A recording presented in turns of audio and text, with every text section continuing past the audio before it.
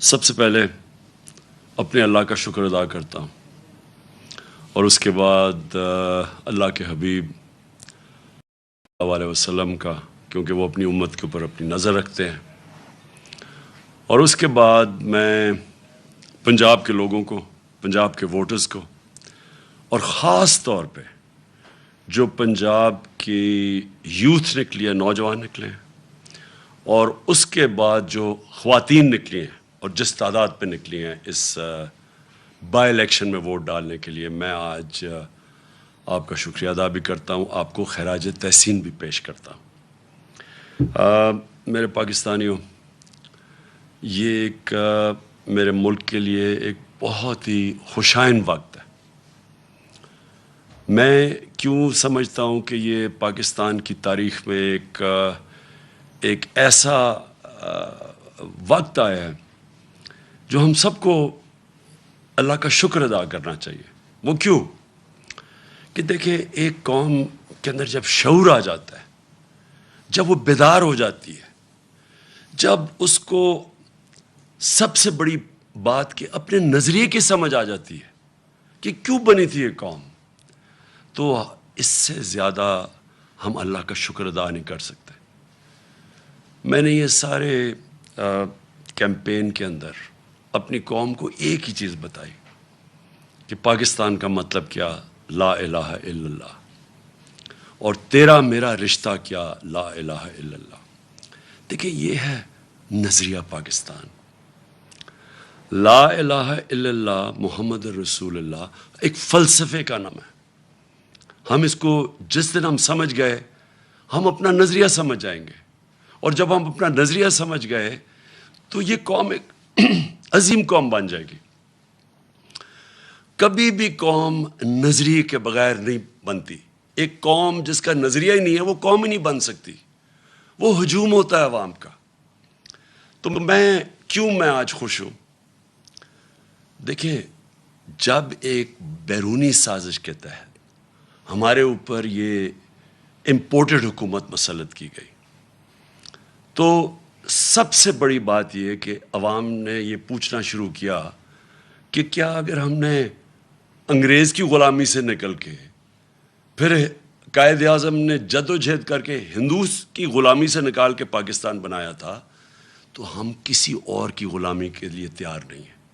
اور جس طرح ایک بیرونی سازش جو ہمارے اس کے تحت ہمارے اوپر یہ لوگ مسلط کیے گئے، میں نے اپنی قوم کے اندر وہ شعور اور بیداری دیکھی جو میں ابھی تک نہیں دیکھی تھی. اور میں اس لیے خوش ہوں کہ اب ہم اللہ کے فضل سے ایک قوم بننے جا رہے ہیں. اور جب ایک قوم بن جاتی ہے نا، میرے پاکستانیوں سن لیں ذرا، جب ہم قوم بن جائیں گے اور بننے کی طرف جا رہے ہیں، تو یہ جو مسئلے ہیں نا، ہمارے قرضے کے، ہمارے مسئلے ہیں کہ جی ہمارے پاس پیسہ نہیں ہے ملک چلانے کے لیے، یہ جتنے بھی ہمارے مسئلے ہیں، یہ سارے حل ہونا شروع ہو جائیں گے. آپ یہ سوچیں کہ اس ملک کی کتنی بدقسمتی ہے کہ جو لوگ اس ملک کے ایلیٹ ہیں، اشرافیہ ہیں، کتنے لوگ ہیں جو پیسے والے، جنہوں نے باہر فلیٹ نہیں لیے ہوئے، لندن میں فلیٹ لیے ہوئے ہیں، ملک سے باہر پیسہ رکھا ہوا ہے. یہ کیوں رکھا ہوا ہے؟ یہ اس لیے رکھا ہوا ہے کہ بلیو ہی نہیں کرتے پاکستان میں. آپ نے کبھی سنا ہے کہ برطانیہ یا فرانس یا یورپ یا وہ اپنے پیسے ملک سے باہر رکھیں، اپنے بچوں کو باہر کا شہری بنا دیں؟ کبھی آپ نے سنا ہے؟ تو ایک طرف ہم جو لیڈرشپ ہے وہ کہتی ہے کہ ہم پاکستان کے لیے مرنے کے لیے تیار ہیں، اور پیسے ہم نے اپنے باہر رکھے ہوتے ہیں، جائیدادیں ہماری باہر ہیں، ہم عیدیں باہر گزار رہے ہیں، اپنی چھٹیاں، علاج، سب کچھ رہے ہیں، شاپنگ باہر ہے. دیکھیے، ایسے قوم نہیں بن سکتی. میں پہلی دفعہ یہ قوم کے اندر جو بیداری دیکھ رہا ہوں، میں بار میں نے اللہ کا خاص رات کو شکر ادا کیا کہ ایک وہ قوم جو اتنی قربانیوں سے بنی تھی. قائد اعظم کی اگر آپ ان کی تاریخ پڑھ لیں تو جس طرح کی وہ ان کی جو صحت تھی، اور جس طرح انہوں نے ایک اپنی صحت کو نظر انداز کر کے بیماری کا بھی نہیں پتہ چلوانے دیا ڈاکٹرز کو، تاکہ مخالفین کو نہ پتہ چل جائے، وہ پاکستان بننے سے روک دیں. اس طرح کی قربانیوں سے ملک بنا تھا. اور جو ہم بڑے ہو رہے تھے، سارے ایسٹ پنجاب سے جو لوگ آئے تھے اور میری اپنی فیملی وہاں سے جب پارٹیشن کے اوپر آزادی پہ یہاں پاکستان آئے تھے، شاید ہی کوئی خاندان تھا جنہوں نے وہ قتل عام نہیں دیکھی. تو اس لیے جدھر آج ہم کھڑے ہیں، ہمیں ساری قوم کو فخر کرنا چاہیے کہ جس طرح لوگ نکلے اور جس طرح پھر سے خواتین نکلی، یعنی گھروں میں انقلاب آیا، اور جو ہمارا نوجوان نکلا، یہ ایک نیا پاکستان ہے. نیا پاکستان جو میں بڑی دیر سے اللہ سے دعا مانگتا تھا کہ وہ پاکستان بنے جو ہمارے جو میرے ماں باپ تھے، ان کی ساری جنریشن، وہ سارے بیچارے مایوس ہوتے گئے جب دیکھا کہ اس نظریے سے ہم پیچھے ہٹتے گئے. اب میں جو ملک کے حالات کے اوپر بات کرنا چاہتا ہوں. دیکھیں، ہماری جب حکومت تھی تو ایک سیاسی بحران پیدا کیا گیا، مصنوعی سیاسی بحران. ایک حکومت چل رہی تھی، پاکستان کی اکنامک سروے کے اندر آپ پڑھ لیں، یہ حکومت کی اکنامک سروے کے متعلق جو چھپتی ہے، کہ جو جائزہ لیتی ہے ملک کی جو معیشت اوپر جا رہی ہے، کیا کر رہی ہے، اس کے اوپر اس کی طبیعت کیسی ہے.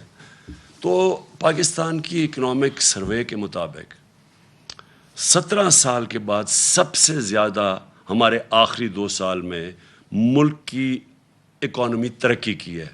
ہماری گروتھ ریٹ بڑھی ہے، 5.6% تیسرے سال اور 6% جس سال ہمیں ہٹایا گیا. اس وقت ملک کی ساری جو انڈیکیٹرز تھے وہ صحیح طرف جا رہے تھے. سب سے بڑی چیز ہوتی ہے لارج سکیل مینوفیکچرنگ، آپ کی انڈسٹری. جب آپ کی انڈسٹری بڑھتی ہے تو سب سے زیادہ روزگار دیتی ہے. ہم نے ان ساری حکومتوں سے زیادہ کرونا کے باوجود سب سے زیادہ روزگار دیا تھا. تو لارج سکیل مینوفیکچرنگ جب بڑھتی ہے، آپ کا ٹیکس بڑھتا ہے. وہ جب بڑھتی ہے، روزگار کے علاوہ ملک کے اندر ویلتھ کریشن ہوتی ہے، دولت میں اضافہ ہوتا ہے. تو لارج سکیل مینوفیکچرنگ ریکارڈ طریقے سے بڑھ رہی تھی. زراعت، جس کے اوپر ہماری 60% آبادی اپنی زراعت کے اوپر ڈپینڈ کرتی ہے، زراعت کے اندر 4 فصلوں کے اندر ریکارڈ 2 سال ریکارڈ پرفارمنسز تھی. کسانوں کے پاس وہ پیسہ گیا جو اتنی سالوں کے بعد کبھی ایسا پیسہ نہیں ٹرانسفر ہوا تھا کسانوں کے پاس. جو گنے کی بیچارہ کسان جو پہلے باہر شوگر ملز کے انتظار کرتا تھا، اس کو پیسے بھی نہیں ملتے تھے، کٹوتی ہوتی تھی. اور وہ اس کے بعد کچھ جب کم، اگر 180 ریٹ ہے تو اس بیچارے کو 120 ملتا تھا. اور پھر وہ 1 سال کے بعد سب کچھ ہم نے ختم کیا، قانون بنائے اور ان کو پیسہ دلوایا، سب سے زیادہ پیسہ دلوایا. پیسہ گیا دیہاتوں کی طرف. اس کے بعد وہاں خوشحالی آئی، ریکارڈ موٹر سائیکل سیلز ہوئی، اس کا مطلب وہاں پیسہ گیا. تو زراعت بھی صحیح راستے پہ تھی، ہماری انڈسٹری بھی صحیح راستے پہ بڑھ رہی تھی. ٹیکسٹائل کے اندر سارے ریکارڈ ٹوٹ گئے. فیصل آباد کے اندر مزدور نہیں ملتے تھے ٹیکسٹائل کے لیے، انڈسٹری کے لیے. تو اس دور کے اندر جب ہماری ایکسپورٹس بھی ریکارڈ ہو گئیں، ہماری ریمیٹنسز بھی ریکارڈ ہو گئیں، یعنی سب پاکستان کی تاریخ میں سب سے زیادہ ملک میں ڈالرز آ رہے تھے. اور اس وقت جب آئی ٹی، دیکھیں فیوچر اس ملک کا ٹیکنالوجی میں، آئی ٹی میں، ہم نے جو ان کو آئی ٹی کی انڈسٹری کی مدد کی، 2 سالوں میں 75% ہماری ایکسپورٹس بڑھی اور ہم صحیح راستے پہ نکل گئے تھے. تو اس دور میں جب ایک ملک صحیح طرف کیا چلا گیا تھا، اور آئی ایم ایف، یہ یاد رکھیں، آج کہتے ہیں جی ہم آئی ایم ایف کے مجبور ہیں. ہم 2.5 سال آئی ایم ایف کے ساتھ تھے، ہم بھی مجبور تھے آئی ایم ایف کے پروگرام میں ہوتے ہوئے. اور اب انہوں نے کہا نا جی عالمی مہنگائی ہوئی. عالمی مہنگائی تو پچھلی گرمیوں سے شروع ہو گئی تھی. ہم جب کہتے تھے عالمی مہنگائی ہے تو یہ کہتے تھے مہنگائی مارچ کریں گے. تو جب ساری چیزیں پازیٹیو جا رہی تھیں، اور اس کے باوجود کہ ہم آئی ایم ایف میں بھی تھے، اس کے باوجود جب ہم وہ پاکستان کو فلاحی ریاست کی طرف لے کے جا رہے تھے جو پاکستان کا نظریہ تھا، اسلامی فلاحی ریاست.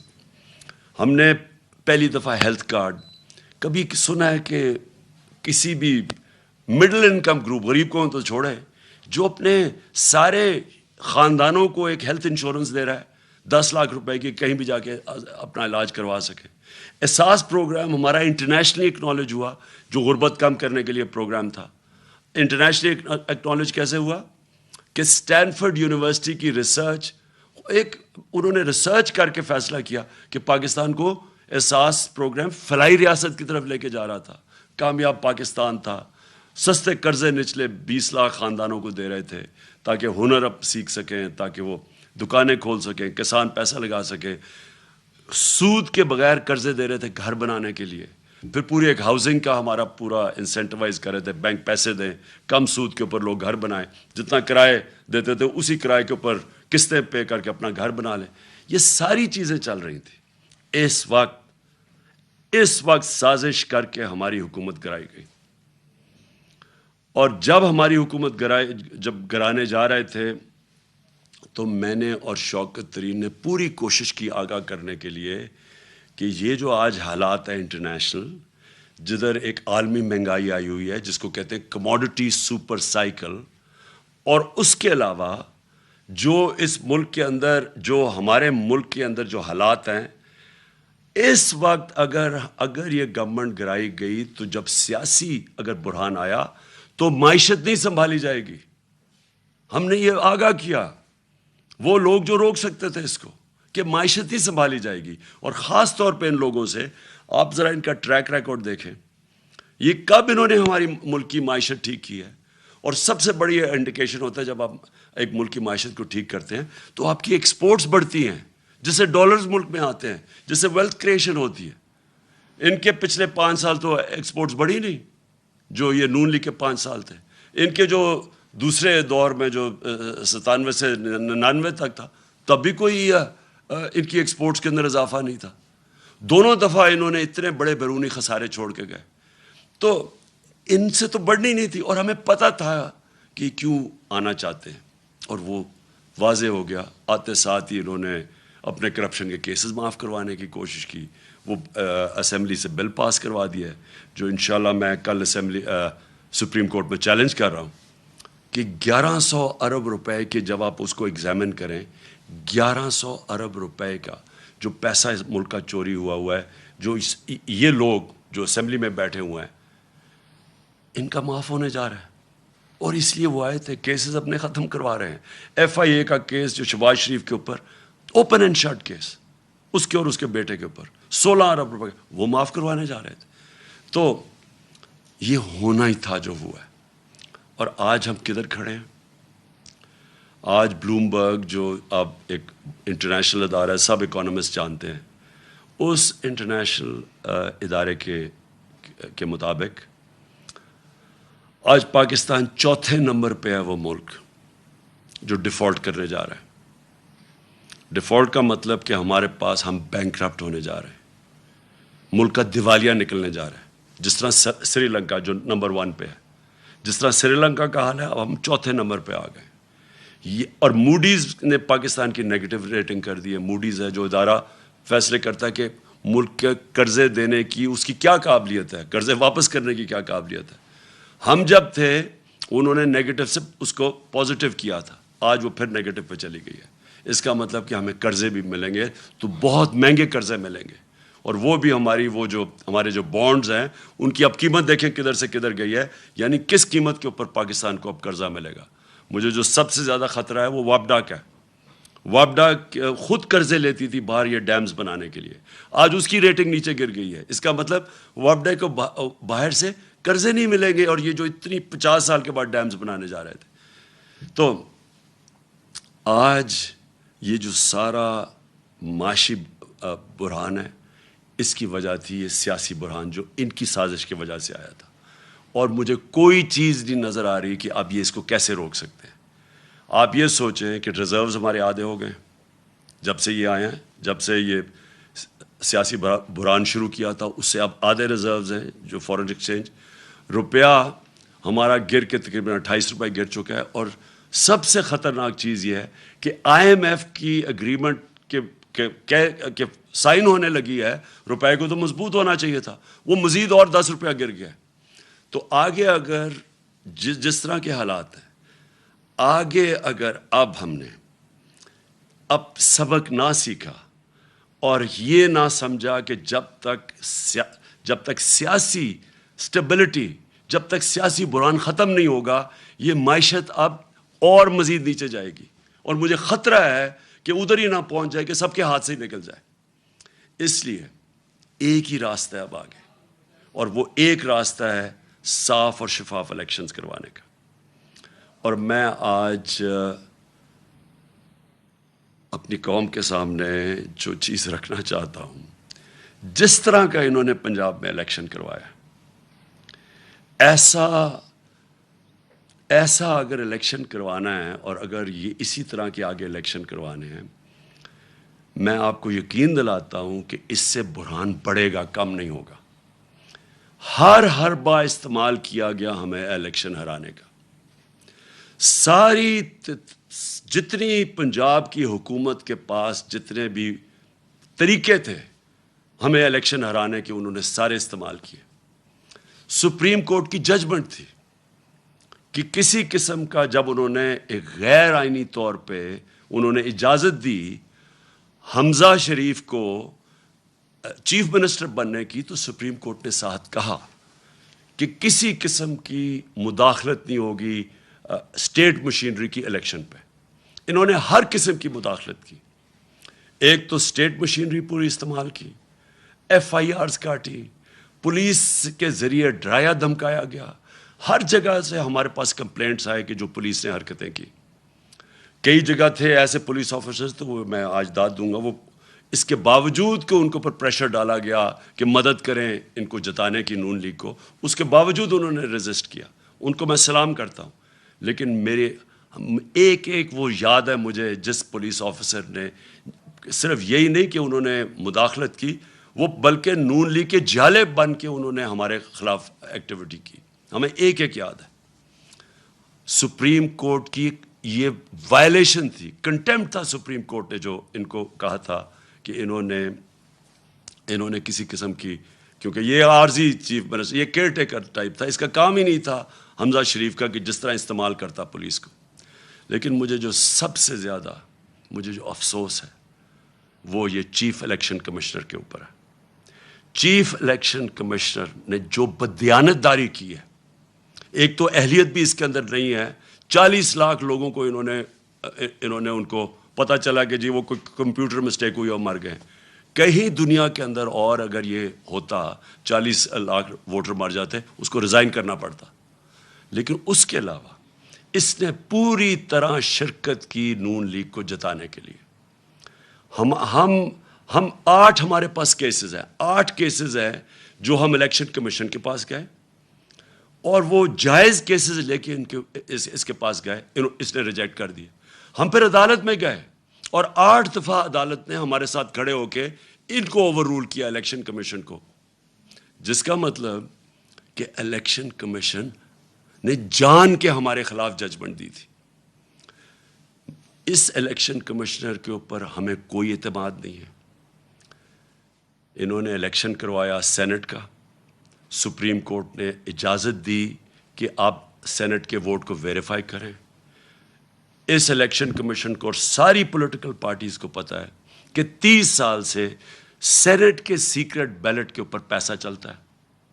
میں نے پوری کوشش کی، ہم ہی سپریم کورٹ کے پاس گئے، اور سپریم کورٹ نے اس کو روکنے کے لیے اجازت دی کہ ہاں آپ ووٹ کو ویریفائی کر سکتے ہیں۔ اس الیکشن کمیشن نے اس کو اوور رول کیا، اور اس کے بعد جو الیکشن ہوا، جو پچھلے سینٹ الیکشن میں پیسہ چلا ہے، پاکستان کی تاریخ میں اتنا پیسہ نہیں چلا۔ یوسف رضا گیلانی کا بھائی بیٹا پکڑا گیا پیسے دیتے ہوئے، اسی الیکشن کمیشن نے اس کو انویسٹیگیٹ کیا۔ 1.25 سال ہو گیا، کوئی ایکشن نہیں لیا اس نے۔ یعنی کسی اور دنیا کے اندر ایک الیکشن کمشنر جس کا کام ہے، اس کا مینڈیٹ ہے فری اینڈ فیئر الیکشن، وہ جب دیکھتا ہے پکڑا گیا کوئی الیکشن کی چوری کرتے ہوئے، پیسے دے کے، رشوت، کوئی ایکشن نہیں لیا، جس کی وجہ سے کھلے عام تصویریں آئی ہیں کہ الیکشن کے اندر پیسہ چل رہا تھا، خریدے جا رہے تھے ووٹ، خانے وال کے اندر تصویریں آئی ہیں، پیسے دے رہے ہیں، ابھی اس الیکشن کے اندر کھلے پیسے دے رہے ہیں۔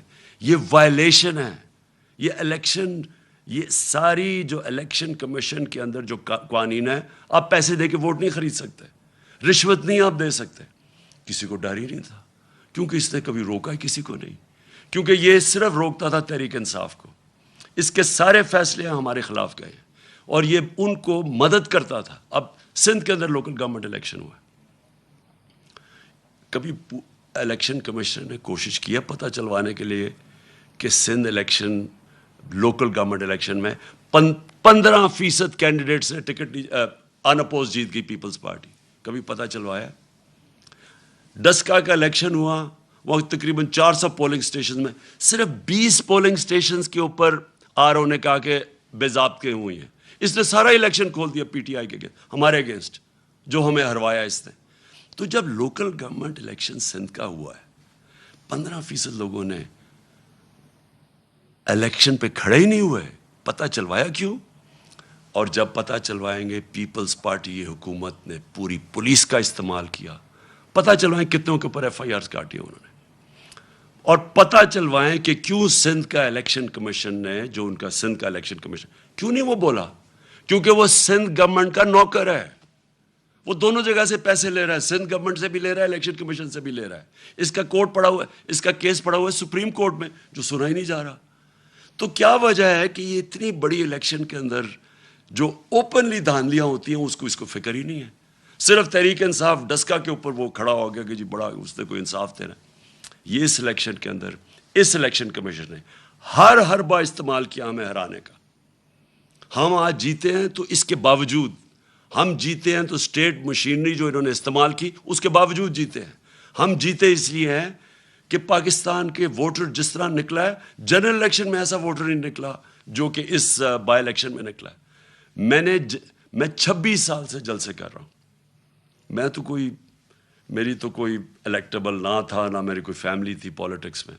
میں تو شروعات تھوڑے سے لوگوں سے، اور آہستہ آہستہ پبلک میں جا کے بیداری پیدا کر کے، اور ایک دن 14-15 سال کے بعد دن ایسا آیا کہ لوگوں نے میری بات سننی شروع کر دی. باتیں یہی میں کہہ رہا ہوں، پاکستان کا مطلب کیا، لا الہ الا اللہ، یہ میں 26 سال سے کہہ رہا ہوں، یہ کوئی نئی بات نہیں کر رہا. لیکن ایک وقت آیا کہ اللہ نے لوگوں کے دلوں میں ڈال دی اور میری پارٹی کھڑی ہونی شروع ہوئی، اور میں نے ساری پالیٹکس کی ہے پبلک کو ساتھ ملا کے. کبھی 26 سال میں نے کبھی اس طرح کی بیداری نہیں دیکھی. میں نے کبھی اپنی قوم میں ایسا شعور نہیں دیکھا جو میں نے اس بائی الیکشن ان 3 مہینے میں دیکھا. جب مجھے سازش کے تحت 9 اپریل کو جب میں پرائم منسٹر ہاؤس سے نکلا اپنی ڈائری پکڑ کے، تو میرے مخالفین سب کا، جنہوں نے سازش کی، ان کا خیال تھا کہ اب مٹھائیاں بنٹے گی اور ساری دنیا اس کو برا بھلا کہے گی. میڈیا کا پورا ایک گروپ ساتھ ملا ہوا تھا ان کے، اور ان میڈیا نے پوری کیمپین چلائی اس کے اگینسٹ. میں پھر سلام کرتا ہوں وہ میڈیا جو اس کے باوجود کھڑا رہا، رائے حق پہ، سچ پہ. کیمپین چلائی گئی. انہوں نے پہلے بلیک آؤٹ کروایا ہمارا، اور پھر ان ساروں نے آ کے میرے پر کیسز بنانے شروع کر دیے. ہمیں جو 25 ہم جب ایک پرامن احتجاج کر رہے تھے کہ بیرونی سازش کے تحت ان کو بٹھایا ہے، وہ لوگ 60% کیبنٹ ضمانت پہ. شہباز شریف اور اس کا بیٹے کو سزا ہونے لگی تھی ایف آئی اے کیس میں. کبھی کوئی تصور کر سکتا ہے کہ الیکشن کمیشن اجازت دے دے ان لوگوں کو الیکشن لڑنے کی؟ عموماً ساری دنیا میں الیکشن کمیشن، اگر آپ کے اوپر آپ انڈر ٹرائل ہوں، آپ کے اوپر اربوں روپے کے کرپشن کے کیسز ہوں، تو عموماً الیکشن کمیشن کہتی ہے کہ پہلے اپنے آپ کو کلیئر کرو اور پھر آ کے الیکشن لڑو. یہاں الیکشن لڑا رہے تھے اپنے آپ کو کلیئر کرنے کے لیے کرپشن سے. یہ کبھی دنیا میں ایسے نہیں ہوا کہ آپ پہلے الیکشن لڑے، آپ اقتدار میں، اور پھر اپنے کیسز ختم کر دیں، یعنی خود ہی ملزم ہی قاضی بن جائے. یہ الیکشن کمیشن نے اجازت دی تھی ان کو. یہ لوگ آ کے اوپر بیٹھے. 25 مئی کو میں کبھی نہیں بھولوں گا. قوم نکلی، ساری قوم نکلی ان کے خلاف، جو انہوں نے یہ ہمارے ملک سے ظلم کیا. اور انہوں نے ان لوگوں کے اوپر جس طرح کا تشدد کیا، وہ پولیس والوں نے جو کیا پنجاب کے اندر، جو، اور ایک پولیس والا مجھے یاد ہے، انہوں نے جو کیا پنجاب میں، یہ جو رانا ثناء اللہ اور شہباز شریف نے یہ جو جہاں ظلم کیا اسلام آباد میں، اور ان کو شرم نہیں آئی کہ وہاں فیملیز نظر آ رہی ہیں اور ان کے اوپر یہ ٹیئر گیسنگ کر رہے ہیں، اور صرف اس لیے ڈر لگے، خوف پھیلانے کے لیے کہ ہم ان کو اتنا خوف پھیلائیں گے کہ یہ چپ کر کے بیٹھ جائیں گے، کیونکہ یہ بھیڑ بکری ہیں. یہ آپ کو انسان نہیں سمجھتے، یہ قوم کو بھیڑ بکریاں سمجھتی ہیں کہ جو مرضی آ کے فیتے کاٹ لو اور شہباز شریف ادھر بھاگ جائے تو سمجھے کہ جی لوگ بیوقوف ہیں، مان جائیں گے. تھوڑی دیر کے لیے سب کو آپ پاگل بنا سکتے ہیں. سارا وقت کوئی بھی انسان نہیں آیا جو کہ سب لوگوں کو پاگل بنا سکے، اور یہ واضح ہو گیا جس طرح پبلک نکلی ہے. انہوں نے ڈرانے کی کوشش کی، لوگوں نے اپنی جو خوف کا جو بت ہے اس کو توڑ دیا. پبلک نکلا ہی باہر، اور پبلک نے ہر چیز، انہوں نے ووٹس پھینکی ہوئی تھی لوگوں کو، فیملی تو ایک فیملی کا ادھر ووٹ ہے دوسرا کا وہاں باہر، یعنی جو انہوں نے یہ الیکشن کمیشن نے حرکت کرنی تھی سب کر دی. اس کے باوجود عوام نے ان کو شکست دی. اور میں وہ جو 25 مئی کو جو قوم کھڑی ہوئی ہے اس دن، اور جو انہوں نے برداشت کیا اور اس کے بعد بار بار نکلتی رہی ہے، کبھی اتنے بڑے جلسے نہیں ہوئے، اس سے یہ ثابت ہو گیا جو میں آج شروع کی تھی اپنی تقریر، کہ میں اس لیے آج بڑا خوش ہوں کہ میری قوم آج قوم بننے جا رہی ہے.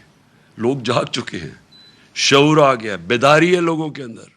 اب آپ جو مرضی کر لیں، یہ جو بوتل سے جن نکلا ہے نا شعور کا، اس کو آپ واپس نہیں اب ڈال سکتے. جو بھی کوشش کرے گا اب کہ پبلک کے مینڈیٹ کو چوری کرے، کوئی بھی سمجھتا ہے کہ بند کمرے میں فیصلہ کر لیں گے ملک کے مستقبل کا، اب یہ کسی غلط فہمی میں نہ رہے. یہ ملک اب، یہ قوم حقیقی آزادی کی طرف چلی گئی ہے. یہ جو ساری کیمپین تھی یہ لوگوں نے اس لیے نہیں کی کہ جی کوئی بائی الیکشن ہو رہا ہے، لوگ اپنی حقیقی آزادی کے لیے نکلے ہوئے تھے. جو میں نے آج جب جذبہ دیکھا ہے 26 سال کی پولیٹکس میں، میں نے کبھی اس قوم میں وہ جذبہ نہیں دیکھا. میں نے ایسے نہیں لوگوں کو نکلتے دیکھا. اور میں اس لیے کہہ رہا ہوں کہ اب 2 ہی راستے رہ گئے. جو بھی اب کوشش کرے گا نا کہ ان کا مینڈیٹ چوری کرنے کے لیے، وہ خود جس طرح یہ انہوں نے شکست ہوئی ہے نون لیگ کو، ان کو شکست ہو جائے گی. ایک راستہ ہے اب قوم کا، اور وہ راستہ ہے صاف اور شفاف الیکشنز. جو اس کے علاوہ میں بار بار کہہ رہا ہوں، اور میں جب مجھے انہوں نے ہٹایا وہاں سے، جب ہٹانے کی کوشش کر رہے تھے، تو میں نے آپ کو پتا کہ میں نے الیکشنز اناؤنس کر دیے تھے، لیکن پھر وہ ہماری عدالتوں نے اس کو اوور ٹرن کر دیا. میں ابھی بھی سمجھتا ہوں کہ ملک کے لیے وہ بہترین فیصلہ تھا. اگر سیاسی انتشار پیدا ہی کر دیا تو بیسٹ طریقہ عوام کو فیصلہ کرنے دیں کون کس کو وہ چاہتے ہیں کہ اس ملک کی قیادت کرے.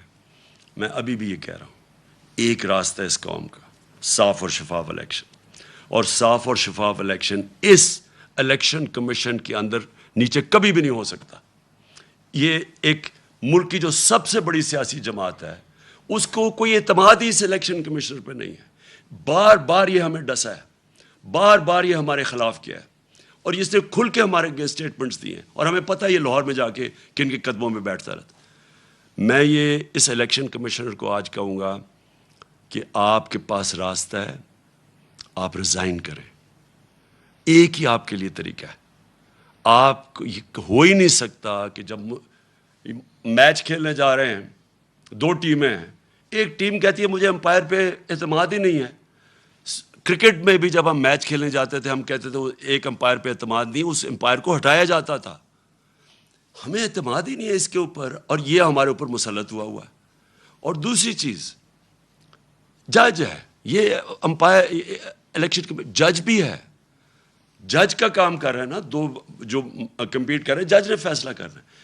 ہر عدالت کے اندر اگر آپ ایک جج کو سمجھتے ہیں متنازع ہے، وہ ریکیوز کرتا ہے اپنے آپ کو. تو مہربانی کر کے آپ کو ریزائن کرنا چاہیے. ہمیں کوئی آپ کے اوپر کانفیڈنس نہیں ہے، قوم کو آپ کے اوپر کوئی کانفیڈنس نہیں ہے. آپ ایک بائسڈ آدمی ہیں، اور آپ ایک پارٹی کے ساتھ بالکل جڑے ہوئے ہیں. اور آپ نے جو سندھ کا بھی الیکشن کروایا، اس کا آپ ذرا سندھ کے لوگوں سے پوچھیں، ذرا سروے کروائیں سندھ میں کہ جو لوکل گورنمنٹ کا الیکشن ہوا ہے کیا عوام اس کو تسلیم کرتی ہے.